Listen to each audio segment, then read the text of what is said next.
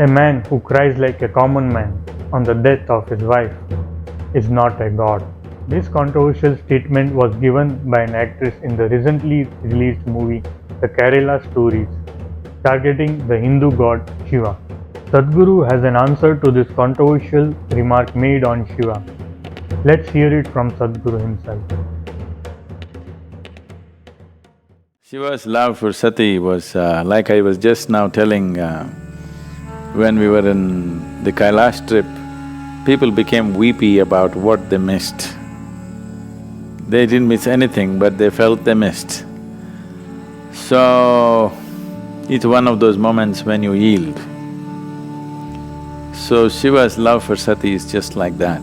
It's one of those moments where he gave in to the ways of emotion and to the ways of life. That was not an eventual happening in his life, that was just a small happening in his life.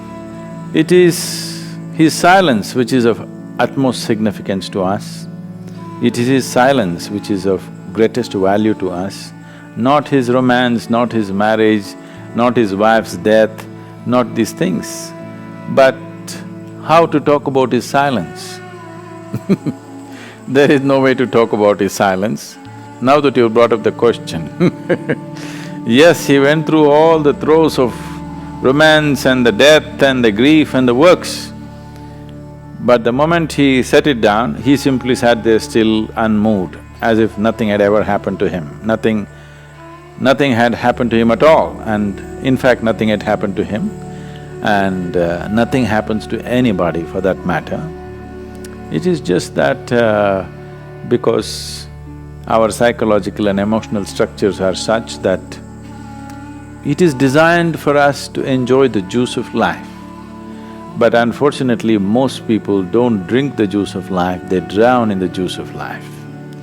So Shiva also allowed himself that luxury for some moment. When he thought it's enough, he came out of it and sat there completely conscious and in a different state. So don't ever think that was the eventual happening, that was just a small happening in his life and that was fine. That made him kind of more human-friendly because people could relate to him because he also grieved. That gives some joy to all the people who are in different levels of misery, that Shiva also suffered for a certain period of time. But you need to understand, it's just one of those moments when he is given into the process of life. But the moment he wants to stop it, he stops it immediately and sits there untouched by any of these things. So Sadhguru makes it clear here that though Shiva grieved and suffered in his life, it was just a passing moment. He never got entangled in it. The moment Shiva wants to stop it, he stops it, and nothing of such things can touch him. It is the stillness and silence of Shiva that is of most significance to us, and that is why we worship Shiva. Om Namah Shivaya, Har Har Mahadev.